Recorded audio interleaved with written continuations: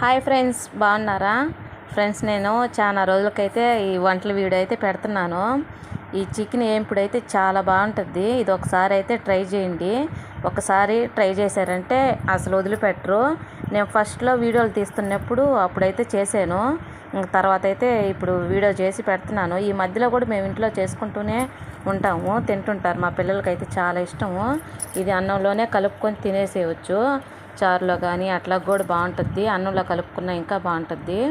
నేను దీంట్లో మా చికెన్ అయితే శుభ్రంగా కడిగేసుకొని ఉప్పు పసుపు వేసి కొన్ని నీళ్ళు వేసుకోవాలి. చికెన్లో నుంచి కూడా నీళ్ళు వచ్చేస్తాయి అన్నమాట. తర్వాత ఒక టీ గ్లాస్ నీళ్ళు పోసేసుకొని ఉడకబెట్టేసుకోవాలి. అవి ఉడకబెట్టుకొని పక్కన పెట్టేసుకున్నాను. అల్లం తెల్లగడ్డ అడిచి పెట్టేసుకున్నాను. ఎర్రగడ్డలు సన్నగా తరిగేసి ఇలాగైతే తరిగేసుకొని పక్కన పెట్టేసుకొని ఒక బాండ్లు అయితే పెట్టుకొని నూనె ఆవాలు తర్వాత ఏగినాక ఎర్రగడ్డలు వేసి ఇలాగ ఎర్రగా అయితే వేపుకోవాలి. తర్వాత కొత్తిమీర కరివేపాకు కూడా కడిగి పక్కన పెట్టుకోవాలి. తర్వాత ఇలాగ వేగినాక కరివేపాకు వేసేసుకొని వేయించుకొని తర్వాత అల్లం తెల్లగడ్డ పేస్ట్ వేయాలి.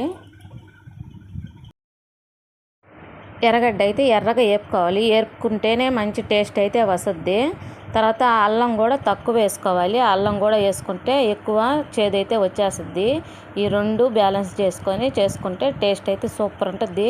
మంచిగా అయితే ఎర్రగా వేపుకోవాలి. అల్లం తెల్లగడ్డ పేస్ట్ కూడా వేసేసి దీంట్లో ఎర్రగడ్డలు తీపి ఉంటాయి. తర్వాత దానికి తగ్గట్టు అయితే మనం కారం వేసుకోవాలి.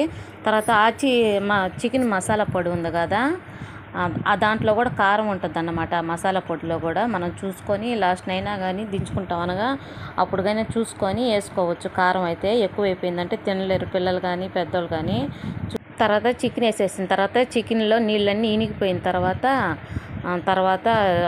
ఆశీర్వాద్ చికెన్ మసాలా పొడి ఉంది కదా, అది వేసేసుకోవాలి. మనకు దానికి తగ్గట్టే వేసుకోవాలి. ఎక్కువ అయిపోయిందంటే చేదు అయిపోద్ది అనమాట.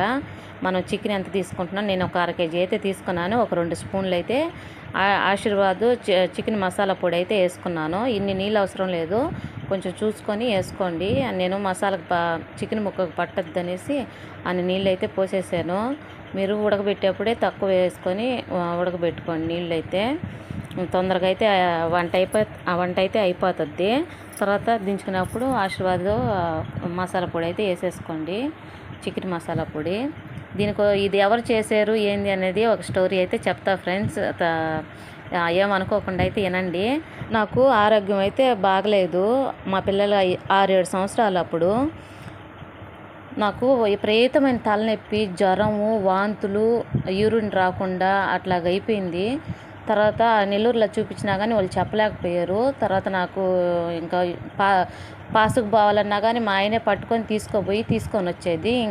ఇక్కడ ఉండటం కుదరదు అనేసి నేను మా అమ్మ ఇంటికి వెళ్తానన్నాను. తర్వాత మా ఆయన తీసుకుపోయి వదిలేడనమాట. వదిలంగానే మా ఆయన పట్టుకొని కూడా ఏడ్చాను. నేను చనిపోయేలాగున్నాను, మా పిల్లలు జాగ్రత్త అన్నాను. నాకు ఊపిరి ఆడేది లేదు. పడుకున్నా కూర్చున్నా వాంతులు అయిపోయేదన్నమాట.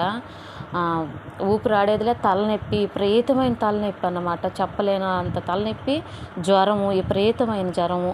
తర్వాత ఇంకా మా అమ్మ ఇంటికి తీసుకొని పోయాడు. ఆ నైటు నాకు ఇంకా సీరియస్ అయిపోయింది.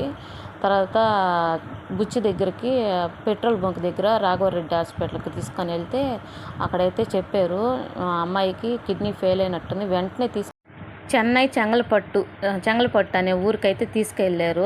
అక్కడైతే డాక్టర్ అయితే తీసుకుపోయంగానే వెంటనే ఇమీడియట్లీ ఈ అమ్మాయిని ఐసీ రూమ్లో పెట్టేసేయండి అని అన్నారు. 10 రోజులు అయితే కానీ చెప్పలేము, కిడ్నీలు ఫెయిల్ అయినట్టున్నాయి అనేసి అన్నారు. తర్వాత అంటే ఇంకా అందరూ మాట్లాడుకుంటుంటే కొంచెం తమిళం నాకు అర్థం అవుతూ ఉండేది. నేను నేర్చుకుంటుండేది నా బిడ్డలకు ఎలాగా అని అనేసి. తర్వాత నన్ను ఐసీ రూమ్లో పెట్టేశారు. ఇంకా నా 10 రోజులు అయితే కానీ చెప్పలేమన్నారు. తర్వాత ఇంకా నా వెంటనే 10 రోజులు అయింది. తర్వాత నేను బతికి బయటపడ్డాను. లేదనంటే నేను ఇంకో 10 రోజులు ఇంటికాడ కానీ ఉంటే నేను చనిపోయి కూడా ఉంటుంటేనేమో. నా బిడ్డల అదృష్టం, నేను బతికి బయటపడ్డాను. అది కూడా మా ఆయన వల్ల. మా శేఖర్ బావ వాళ్ళ మామ వాళ్ళ కూడాను.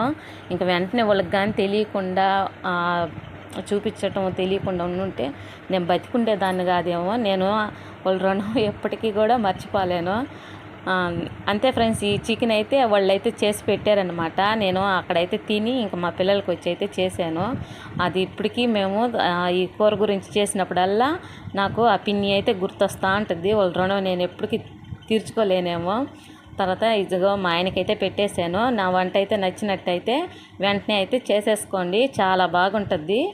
చెంగల్పట్టులో చేసిన వంట అయితే ఇది చెంగల్పట్టు వంట అన్నమాట. మా ఆయనకైతే పెట్టాను. మా ఆయనకు కానీ మా పిల్లలకు కానీ చాలా ఇష్టము.